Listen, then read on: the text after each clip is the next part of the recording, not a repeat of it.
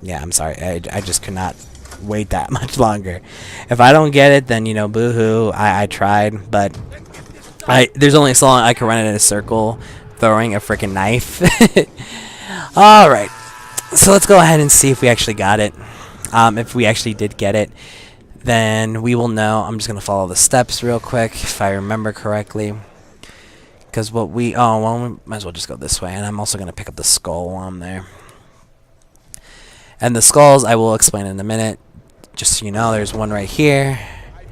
We're going to grab that. And I believe, I forget which pit I actually have to throw it in. Be like taking candy from a baby. Shake a knife, bitch. Okay.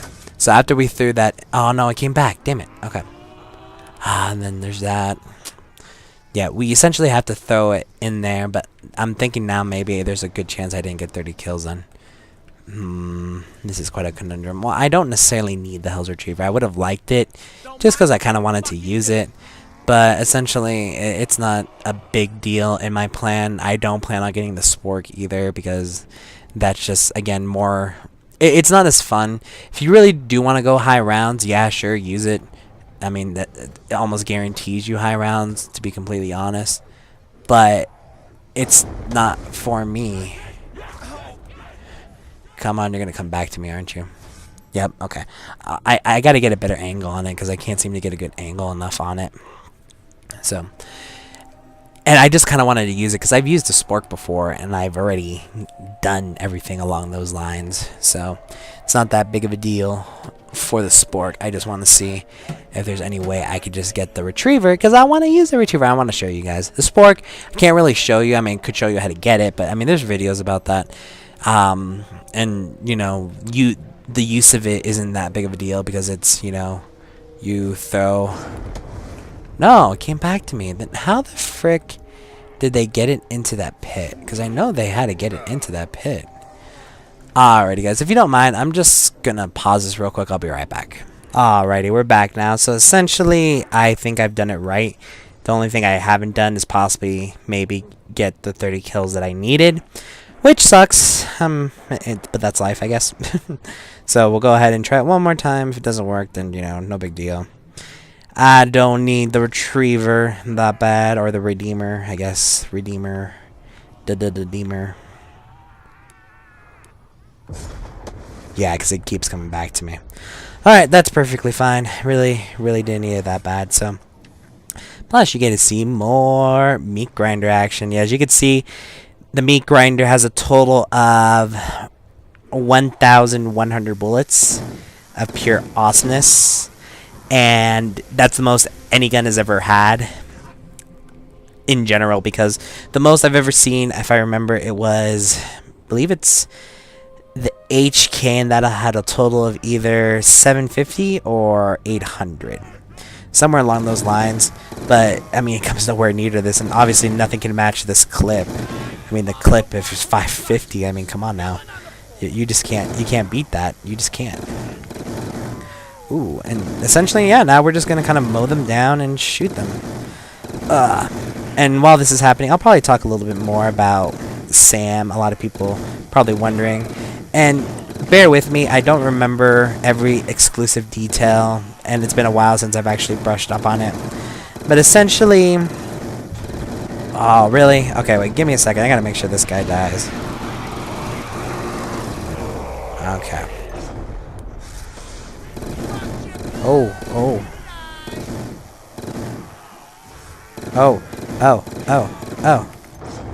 Yeah, thank you. Okay. Now just one shot. Haha. And I could just knife too. But I'm not going to. Okay.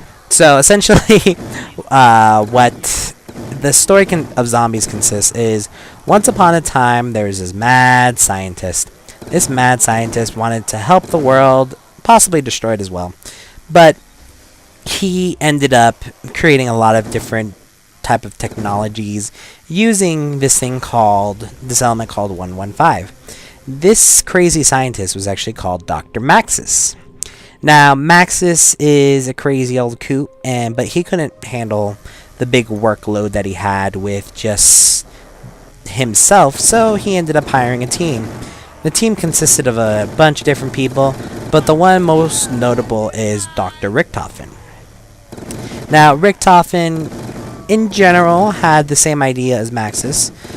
A lot of it was more sinister than Maxis had intended, and he was just kind of falling off the bandwagon, essentially.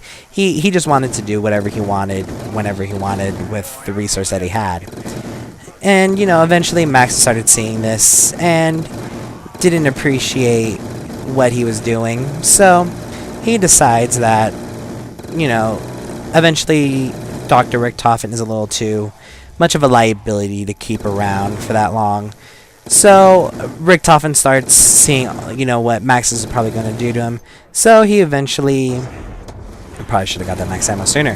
He eventually doesn't necessarily kill Maxis, if I remember correctly. He actually puts him in a teleporter, as well as puts her daughter, Sam, or Samantha, in a teleporter as well. The teleporter not only can teleport you from different places, but it looks like it actually teleports you throughout time. Now, before this, Richtofen seemed to recruit a lot of different people around the world.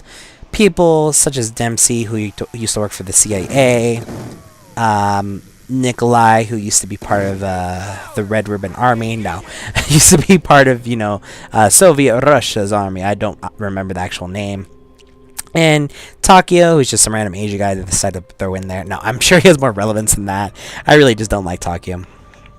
But, Richtofen started using 115 to not only erase their memories, but as well as control them.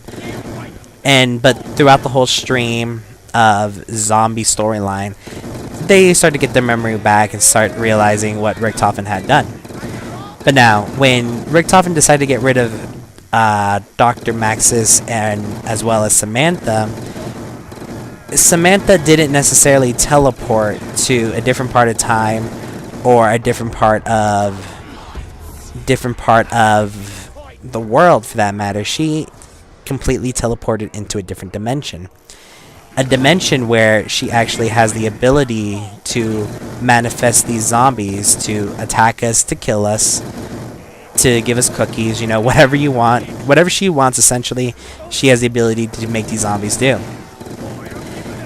Also, along the way, before Richtofen actually killed Maxis and Samantha, Maxis actually had this idea of testing out the teleporter, and when doing so, Samantha's dog ended up jumping into the teleporter and teleported to who knows where, probably a different dimension.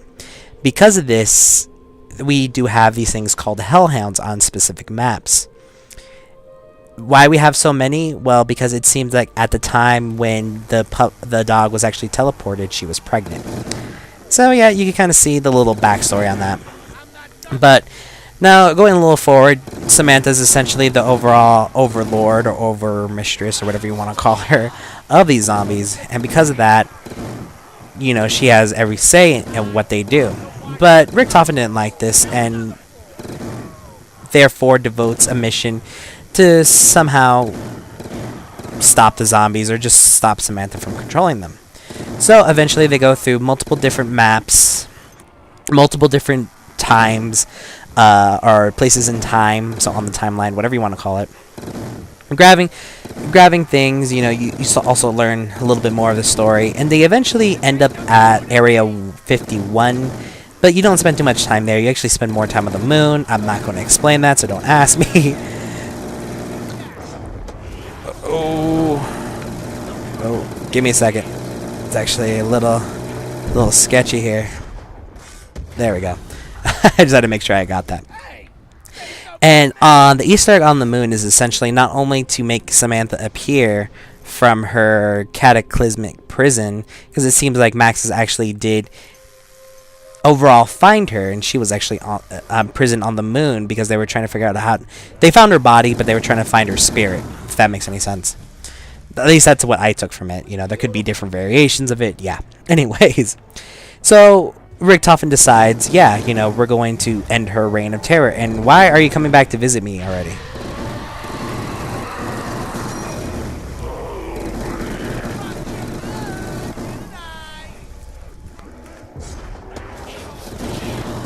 Okay, sorry. Again, just trying to concentrate.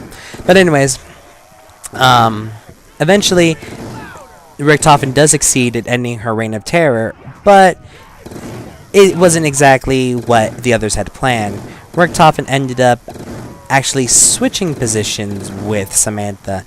So now Richtofen is actually stuck in the ether or in the afterlife or in another parallel dimension, whatever you believe, and Samantha is stuck in Richtofen's body. Now, if that isn't good enough, it seems that, Richtofen has let the ether go to his head and decides that he wants to kill everybody that was originally his friends, if for lack of a better term. We'll go comrades, we'll go associates, whatever you want to call them. Decides, he wants to kill everybody.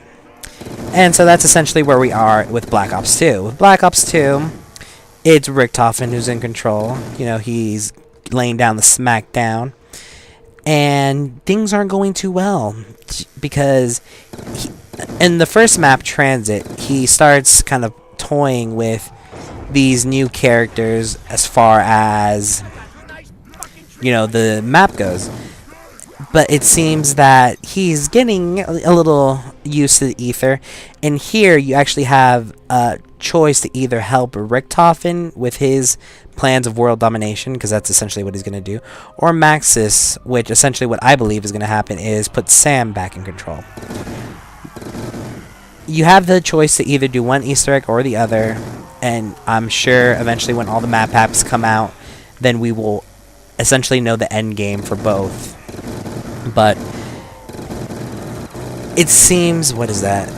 That nuke's worth it. Of course I didn't grab it right away. You son of a bitch. Okay. Yeah, that nuke was worth it. I don't care what anybody says. It was totally worth it. Okay. So yeah, where was I? Yeah, Maxis, Richtofen, Endgame.